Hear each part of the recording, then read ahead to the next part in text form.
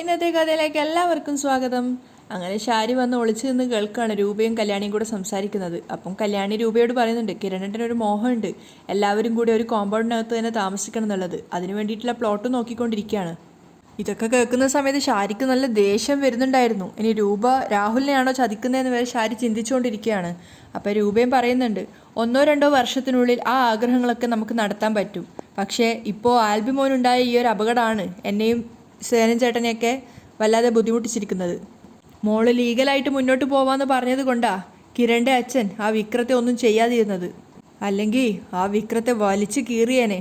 അപ്പം കല്യാണി പറയുന്നുണ്ട്, ഒരാളെ സംബന്ധിച്ചിടത്തോളം അയാളെ കൊല്ലുക എന്ന് പറഞ്ഞാൽ അയാൾ രക്ഷപ്പെടുന്നതിന് തുല്യ അമ്മേ. അവനെപ്പോലുള്ളവരൊക്കെ ജയിലിൽ കിടന്ന് നരകിക്കണം. ഒന്നിനും ഒരു കുറവുമില്ലായിരുന്നു അവൻ ജനിച്ചപ്പോൾ മുതൽ. എന്നിട്ടിപ്പോൾ മോഷണം, കൊലപാതകം, പിടിച്ചുപറി. സത്യം പറഞ്ഞാൽ അവരെ ജീവന തുല്യം സ്നേഹിച്ച അവൻ്റെ അച്ഛന് അറ്റാക്ക് വന്നില്ലെങ്കിലേ ഉള്ളൂ. അപ്പോഴേക്കും ഷാരി മറന്നീക്കിക്കൊണ്ട് അങ്ങോട്ടേക്ക് അകത്തേക്ക് കയറി വരികയാണ്. പെട്ടെന്ന് തന്നെ രണ്ടുപേരും തിരിഞ്ഞു നോക്കുമ്പോൾ രൂപയുടെ മുഖത്തൊക്കെ നല്ല ദേഷ്യം വരുന്നുണ്ടായിരുന്നു.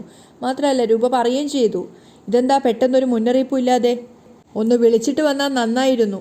നിങ്ങൾക്കൊന്നും കാണാൻ താല്പര്യമില്ലാത്ത കൂട്ടത്തിലാണ് എൻ്റെ ഭർത്താവും മരുമോളും ഒക്കെ. അങ്ങനെയുള്ളവർ ഇവിടെ ഉള്ളപ്പോൾ ഏട്ടത്തിക്ക് വരാൻ ബുദ്ധിമുട്ട് കാണുമല്ലോ. പക്ഷെ അതൊന്നും മൈൻഡാക്കാതെ ഷാരി പുഞ്ചിരിക്കുകയാണ്. എന്നിട്ട് ചിരിച്ചുകൊണ്ട് തന്നെ പറയുന്നുണ്ട്, എനിക്കൊരു ബുദ്ധിമുട്ടും ഇല്ല രൂപേ, ഞാൻ എൻ്റെ മനസ്സ് മാറ്റിക്കൊണ്ടിരിക്കാൻ ശ്രമിക്കുക. അപ്പോൾ കല്യാണി ചോദിക്കുന്നുണ്ട്, അങ്ങനെ മാറുന്ന മനസ്സാണോ നിങ്ങളുടേത്? കല്യാണിയെ കൊല്ലാനുള്ള ദേഷ്യം ഉണ്ടെങ്കിൽ ഷാരി പറയുന്നുണ്ട്, എൻ്റെ ഭർത്താവിൻ്റെ അവസ്ഥ നിങ്ങൾക്കൊക്കെ അറിയാലോ, അതുകൊണ്ട് ഞങ്ങൾക്ക് ആർക്കും ഇനി ആരോട് ശത്രുതയില്ല. അപ്പോൾ രൂപയാണ് പറയുന്നത്, ഇതുപോലെ ഒരുപാട് തവണ ഓന്തിനെ പോലെ നിറം മാറിയിട്ടുണ്ട് ഏട്ടത്തിയും ഏട്ടനും പിന്നെ നിങ്ങളുടെ മോളും ഒക്കെ. അത് കേട്ടപ്പോൾ ഷാരിക്ക് ഒന്നും പറയാനുണ്ടായിരുന്നില്ല. ഷാരി തലതാഴ്ത്തി നിൽക്കുകയാണ്. അപ്പോൾ രൂപ തന്നെ പറയുന്നുണ്ട്, അതുകൊണ്ട് തന്നെ പെട്ടെന്നൊരു ദിവസം വന്ന് നിങ്ങളൊക്കെ മാറി എന്ന് പറഞ്ഞാൽ ഇവിടെ ആരും അതൊന്നും വിശ്വസിക്കാൻ പോകുന്നില്ല. അതിനും മറുപടിയൊന്നും ഇല്ലാതെയാണ് ഷാരി നിൽക്കുന്നത്. അപ്പോൾ കല്യാണി കളിയാക്കിക്കൊണ്ട് പറയുന്നുണ്ട്, സ്നേഹം ഭാവിച്ച് ഇവരൊക്കെ അടുത്ത് കൂടുന്നുണ്ടെങ്കിൽ കരുതിയിരിക്കണം അമ്മേ, കാരണം എന്തെങ്കിലുമൊക്കെ അപകടവും കൊണ്ടായിരിക്കും ഇവരൊക്കെ അടുത്ത് കൂടുന്നത്. അതൊക്കെ കേട്ടപ്പോഴേക്കും അവസാനം ഷാരിയുടെ കൺട്രോൾ പോകുന്നുണ്ട്. ഷാരി കല്യാണിയോട് പറയാണ്, രൂപയെ ജീവനോടെ കത്തിച്ച ആളാണ് ചന്ദ്രസേനൻ സാറ്. അങ്ങനെയുള്ള സാറിനെ രൂപയ്ക്ക് സ്നേഹിക്കാമെങ്കിൽ പിന്നെന്തിനാ ഞങ്ങൾ മാറി നടക്കുന്നേ? താരയും സേനൻ സാറും തമ്മിൽ വഴിവിട്ട ബന്ധമുണ്ടെന്ന് നേരിട്ട് മനസ്സിലാക്കിയ കൂട്ടത്തിലാണ് കല്യാണിയുടെ അമ്മായിയമ്മ. എന്നിട്ടിപ്പോൾ അവർ രണ്ടുപേരും ഒരുമിച്ചില്ലേ? അപ്പോൾ അതിന് മറുപടി ഒന്നും പറയാതെ രൂപ കല്യാണിയെ നോക്കുമ്പോൾ കല്യാണി പറയുന്നുണ്ട്, മക്കൾക്ക് വേണ്ടിയും മരുമക്കൾക്ക് വേണ്ടിയുമാണ് അമ്മയും അച്ഛനും ഒരുമിച്ചത്. അതുതന്നെ ഞങ്ങളാണ് അവരെ രണ്ടുപേരെയും ഒരുമിപ്പിച്ചത്. അപ്പം ഷാരി പറയുന്നുണ്ട്, ആയിക്കോട്ടെ, അപ്പോൾ അങ്ങനെയുള്ളപ്പോൾ ഞങ്ങൾ എന്തിനാ രൂപയോട് ദേഷ്യം മനസ്സിൽ വെച്ചുകൊണ്ട് നടക്കുന്നത്? ഈ സംസാരത്തിലെ ആത്മാർത്ഥത മനസ്സിനകത്തുണ്ടായാലും നല്ലത്, കല്യാണി കളിയാക്കിക്കൊണ്ടാണ് പറയുന്നത്. അത് കഴിഞ്ഞ് കല്യാണി ഫോൺ എടുത്തിട്ട് പോകാൻ ശ്രമിക്കുമ്പോൾ രൂപ ചോദിക്കുന്നുണ്ട്, മോള് പോവാണോ?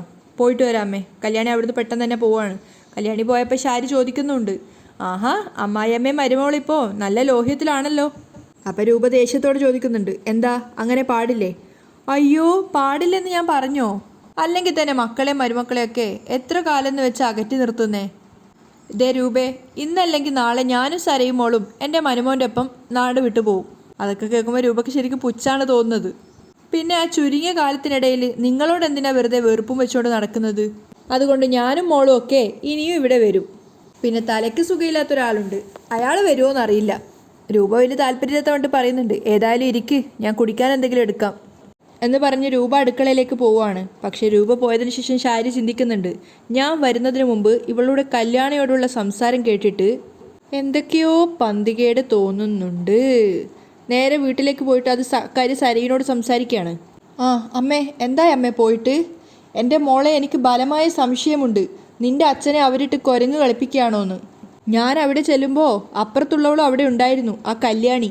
രൂപയും കല്യാണിയും തമ്മിൽ സംസാരിക്കുന്നത് ഞാൻ മറഞ്ഞു നിന്ന് കേൾക്കുകയും ചെയ്തു.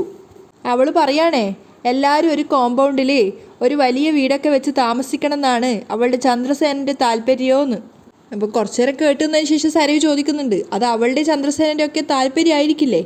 ആൻറ്റി ഒരു നാടകം കളിക്കുകയല്ലേ? അപ്പോൾ ആൻറ്റി സ്നേഹിക്കുകയാണെന്ന് കരുതി അവരങ്ങനെ പറഞ്ഞതാണെങ്കിലോ?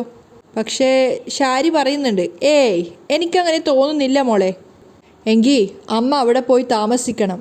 അപ്പോൾ ഷാരി ഞെട്ടുകയാണ്. എന്നിട്ട് അവിടുത്തെ സാഹചര്യം പൂർണ്ണമായിട്ടും മനസ്സിലാക്കണം. അപ്പോൾ താല്പര്യമില്ലാത്ത മട്ടിൽ ഷാരി പറയുന്നുണ്ട്, എങ്ങനെയാണ് മോളെ അവിടെ പോയി താമസിക്കുന്നത്? അവിടെ നമ്മുടെ ശത്രുക്കളൊക്കെ ഇടയ്ക്കും മുറക്കും വരികയല്ലേ? ആവശ്യം നമ്മുടെയാണ്. അങ്ങനെ അവരെല്ലാവരും കൂടി നമ്മളെ വിഡ്ഢികളാക്കുകയാണെങ്കിൽ അതിനുള്ള മറുപടി കൊടുക്കണം. വേറെ ആർക്കുമല്ല, ആൻറ്റിക്ക്.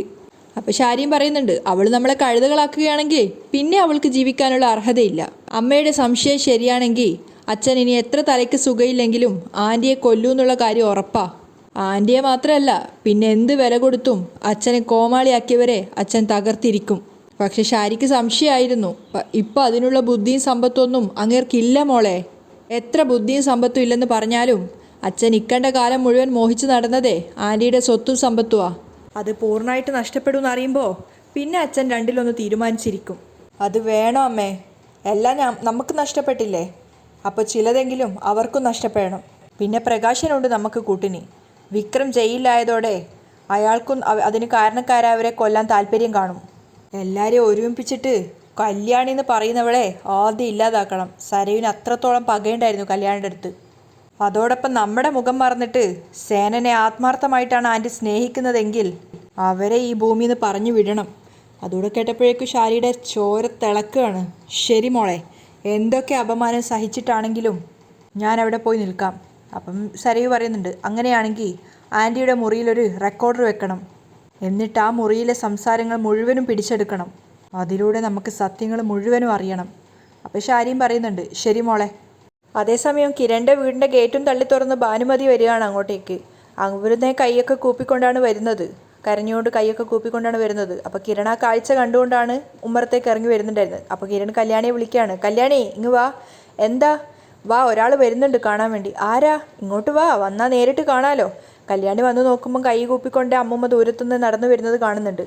ഭാനുമതി ഉമ്മറത്തേക്ക് കയറിയപ്പോൾ ഒട്ടും താല്പര്യമില്ലാത്ത മട്ടിലാണ് കല്യാണി പോലും നിൽക്കുന്നത്. അപ്പം കരഞ്ഞുകൊണ്ട് നിൽക്കുന്ന അവരോട് കിരൺ ചോദിക്കുന്നുണ്ട്, എന്താ വന്നത്? അത് പിന്നെ കാര്യങ്ങളൊക്കെ അറിയാലോ രണ്ടുപേർക്കും. വിക്രത്തെ ജയിലിലേക്ക് കൊണ്ടുപോയപ്പോൾ വീണതാ അവൻ്റെ അച്ഛൻ. ഇപ്പം ആശുപത്രി കിടക്കുക. അതിന് ആരെങ്കിലും സഹായിച്ചില്ലെങ്കിൽ അവനെ ചികിത്സിക്കില്ലെന്നാണ് ഡോക്ടർമാർ പറയുന്നേ. അവർ കരഞ്ഞുകൊണ്ടാണ് പറയുന്നത്. അപ്പോൾ കിരൺ ചോദിക്കുന്നുണ്ട്, അതിന് ചികിത്സിക്കണമെന്ന് പറഞ്ഞ് ഇങ്ങോട്ടാണോ വരുന്നത്? എന്തൊക്കെ പറഞ്ഞാലും കല്യാണി മോളുടെ അച്ഛനല്ലേ പ്രകാശൻ? എന്താ പറഞ്ഞേ? ഒന്നുകൂടെ പറഞ്ഞേ. കിരൺ ചെവി കൂർപ്പിച്ച് കേൾക്കുകയാണ്. അപ്പോൾ അവരൊന്നും മിണ്ടുന്നില്ല. നിങ്ങളിപ്പോൾ പറഞ്ഞതേ ഒന്നുകൂടെ പറഞ്ഞേ. അപ്പോൾ അവർ കരഞ്ഞോട് ചോദിക്കുന്നുണ്ട്, അതല്ലയോ സത്യം? അങ്ങനെയല്ല ചോദിച്ചത്, ഇപ്പോൾ പറഞ്ഞത് ഒന്നുകൂടെ പറ. കല്യാണി മോക്കൊരു അച്ഛനുണ്ടെങ്കിൽ അത് പ്രകാശനല്ലയോ? അപ്പോൾ കിരൺ കളിയാക്കിക്കൊണ്ട് ചോദിക്കുന്നുണ്ട്, ആണോ? അപ്പോൾ അവർ വീണ്ടും പറയാ, മോളെ ജനിപ്പിച്ചത് പ്രകാശനല്ലയോ? അപ്പോൾ കിരൺ പറഞ്ഞു കൊടുക്കുന്നുണ്ട്, ഇവളുടെ അച്ഛനും അമ്മയൊക്കെ ഇവളുടെ അമ്മയാ, അല്ലാതെ ഇവൾക്കൊരച്ഛനുണ്ടായിട്ടില്ല. ഒന്നും പറയാനാവാതെ അമ്മൂമ്മ തലതാഴ്ത്തുകയാണ്. അപ്പോൾ കിരൺ ചോദിക്കുന്നുണ്ട്, അയാൾ ആശുപത്രി കിടക്കുമ്പോൾ ശരിക്കും അയാളെ സഹായിക്കേണ്ടത് ആരാ? അപ്പോൾ കല്യാണി പറഞ്ഞു കൊടുക്കുന്നുണ്ട്, ഇപ്പോൾ സഹായിക്കേണ്ടവൻ കാരണാ ഇപ്പം അമ്മൂമ്മയുടെ മോന് അറ്റാക്ക് വന്നത്. അപ്പോൾ അവർ കരഞ്ഞുകൊണ്ട് അത് സമ്മതിക്കുകയാണ്. ശരിയാ മോളെ, അവനൊരു വിഷജന്തുവാ. പക്ഷേ ഇപ്പോൾ എന്തെങ്കിലും സഹായം ചെയ്തില്ലെങ്കിൽ എനിക്ക് ഫലത്തിൽ മോനും ഇല്ലാതാവും, കൊച്ചുമോനും ഇല്ലാതാവും. വീണ്ടും അവർ കരഞ്ഞുകൊണ്ട് കൈകൂപ്പുകയാണ്. എന്നിട്ട് പറയുന്നുണ്ട്, ജയിലിൽ പോയവൻ ഉള്ളതും ഇല്ലാത്തതും ഒരുപോലെയാണല്ലോ. അപ്പോൾ കിരണി ചോദിക്കുന്നുണ്ട്, അല്ല പെൺകുട്ടികളെ അയാൾക്ക് ഇഷ്ടമല്ലല്ലോ, അപ്പോൾ അവരുടെ സഹായം അയാൾ സ്വീകരിക്കുമോ? നാണക്കേട് കൊണ്ട് തന്നെ അമ്മൂമ്മ പറയുന്നുണ്ട്, ശവത്തിൽ കുത്തരുത് മോനെ, ഞങ്ങൾ ഒരിക്കലും കുത്തില്ല. നിങ്ങളുടെയൊന്നും ശവത്തിൽ പോലും കുത്താൻ കൊള്ളില്ല. അത്രയ്ക്കും മോശ അമ്മയും മോനും ഒക്കെ. ഈ സമയത്ത് കുറച്ച് മനുഷ്യത്വം കാണിക്കണം മോനെ. അത് മനുഷ്യരോട് പോലെ, നിങ്ങളെപ്പോലെ മനുഷ്യഗണത്തിൽ കൂട്ടാൻ പറ്റാത്തവരോട് വേണോ? വീണ്ടും അവർ കരഞ്ഞുകൊണ്ട് കല്യാണിയോട് പറയാണ്, മോളെ പെട്ടെന്ന് എന്തെങ്കിലും ചെയ്തില്ലെങ്കിൽ ചികിത്സ കിട്ടാതെ അവൻ മുകളിലോട്ടേക്ക് പോവും. കല്യാണിയുടെ മുഖം നോക്കുമ്പോൾ തന്നെ കിരണ് മനസ്സിലാവുന്നുണ്ട് കല്യാണിക്ക് മനസ്സലിയുന്നുണ്ട് എന്ന്. പക്ഷെ കിരണ് പറയുന്നുണ്ട്, അങ്ങനെ പോയെങ്കിൽ തന്നെ ഞങ്ങൾക്കൊരു നഷ്ടവും വരാനില്ല. അയ്യോ, അവരിങ്ങനെ വിഷമത്തോടെ നിൽക്കുകയാണ്. കല്യാണി വലിയ താല്പര്യമില്ലാത്ത മട്ടിൽ മുഖം കൊടുക്കുന്നുണ്ടായിരുന്നില്ല. അപ്പോൾ കിരണ് പറയുന്നുണ്ട്, അതേ ഹോസ്പിറ്റലിൽ തന്നെ മറ്റൊരാൾ കിടക്കുന്നുണ്ട്, എൻ്റെ അളിയൻ സോണിയുടെ ഭർത്താവ്. ആ പാവപ്പെട്ട പയ്യൻ്റെ തല തല്ലി പൊളിച്ചത് നിങ്ങളുടെ കൊച്ചുമോനാ. അത് കേട്ടപ്പോഴും അമ്മൂമ്മ കൈകൂപ്പിക്കൊണ്ട് നിൽക്കുകയാണ്. നിങ്ങളും നിങ്ങളുടെ ഹോസ്പിറ്റലിൽ കിടക്കുന്ന ആ മകനും കൂടി വളർത്തി ഇല്ലാതാക്കിയ നിങ്ങളുടെ കൊച്ചുമോൻ. നിങ്ങൾ കയറി കണ്ടായിരുന്നോ ആൽബിയെ? അപ്പം അമ്മൂമ്മ പറയുന്നുണ്ട്, ഇല്ല. അപ്പോൾ കല്യാണിയും പറയുന്നുണ്ട്, ആൽബിയേട്ടനെ മാത്രമല്ല വേറൊരു പയ്യനെയും അവൻ കോമ സ്റ്റേജിലാക്കിയില്ലേ, ശരണ്യയുടെ ഭർത്താവിനെ. അപ്പോൾ കരഞ്ഞുകൊണ്ട് അമ്മൂമ്മ പറയുന്നുണ്ട്, അവൻ ഇങ്ങനെയൊക്കെ ചെയ്യുമെന്ന് ഞങ്ങൾ സ്വപ്നത്തിൽ പോലും വിചാരിച്ചില്ല മക്കളെ. അപ്പോൾ കിരണി ചോദിക്കുക, അതെന്താ വിചാരിക്കാത്തത്?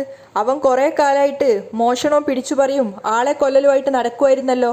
അപ്പോൾ കല്യാണി പറയുന്നുണ്ട്, എന്നിട്ടും എന്നെ തോൽപ്പിക്കാൻ കോടതിയിൽ മോനെയും കൊണ്ട് വന്നതാ ഇപ്പോൾ ഹോസ്പിറ്റലിൽ കിടക്കുന്ന ആള്. അയാളോട് കരുണ കാട്ടണമെന്നും പറഞ്ഞാണ് നിങ്ങൾ വന്നിരിക്കുന്നത്. കിരണ് പുച്ഛത്തോടെ പറയാണ്. അപ്പം അമ്മൂമ്മ വീണ്ടും പറയുന്നുണ്ട്, ഞാൻ കാല് പിടിക്കാം, ഒന്ന് സഹായിക്കണം എന്നും പറഞ്ഞ് അവർ പൊട്ടി പൊട്ടി കരയാണ്. അത് കാണുമ്പോൾ കല്യാണിക്ക് ഒത്തിരി സങ്കടമാവുന്നുണ്ട്. അപ്പോൾ കിരൺ പറയുന്നുണ്ട്, സഹായിക്കണോ വേണ്ടയോ എന്ന് ഇവളുടെ അമ്മ പറയണം.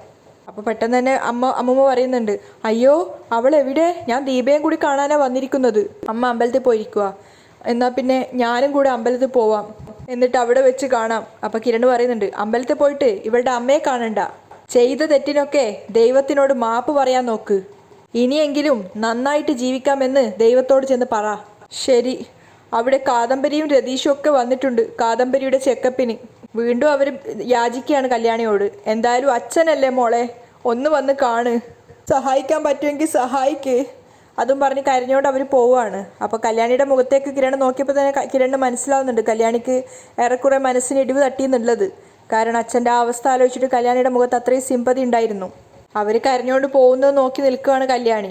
അപ്പം കല്യാണിയോട് കിരൺ ചോദിക്കുന്നുണ്ട്, എന്താ നിന്റെ തീരുമാനം? നമ്മളൊക്കെ മനുഷ്യരായി പോയില്ലേ കിരണേട്ടാ, കോടതിയിൽ വെച്ച് നെഞ്ചുവേദന വന്ന് വീണപ്പോൾ എനിക്ക് ദേഷ്യം ഉണ്ടായിരുന്നെങ്കിലും ഉള്ളിൻ്റെ ഉള്ളിൽ അത് ശ്രദ്ധിക്കാതെ പോയതിൻ്റെ കുറ്റബോധം ഉണ്ടായിരുന്നു. കിരണ് ശരിക്കും ദേഷ്യം വരികയാണ്, ഇവർക്ക് ഒരു മാറ്റവും ഇല്ലല്ലോ എന്ന് വിചാരിച്ചിട്ട്. എന്നിട്ട് പറയുന്നുണ്ട്, നിനക്കിപ്പോഴും അയാളോട് സിമ്പതി ഉണ്ടല്ലേ? അപ്പോൾ കല്യാണി വേഗം നിരസിക്കുകയാണ്, ഏയ് അങ്ങനെയൊന്നുമില്ല, പക്ഷേ ഇങ്ങനെ ഓരോരുത്തർ വന്ന് കാല് പിടിക്കുമ്പോൾ നമ്മളത് കണ്ടില്ല എന്ന് നടിക്കുന്നത് ശരിയാണോ? ആ എന്താണെന്ന് വെച്ചാൽ ചെയ്തോ, പിന്നെ ഇവരൊക്കെ ആരോഗ്യം വീണ്ടെടുക്കുമ്പോൾ തിരിഞ്ഞു നിന്ന് കൊത്തിയാ അത് നീ സഹിച്ചോണം.